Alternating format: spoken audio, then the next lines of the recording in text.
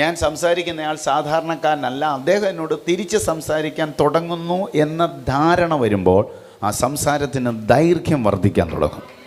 നമുക്കിഷ്ടമുള്ളവരോട് എത്ര നേരം വേണമെങ്കിലും നമ്മൾ സംസാരിക്കും. മുഷിപ്പ് തോന്നത്തില്ല, മടുപ്പ് തോന്നത്തില്ല, അവിടെ ചെന്നിരുന്നാൽ മടുപ്പ് തോന്നത്തില്ല. കാര്യം എന്താണെന്നറിയാവോ?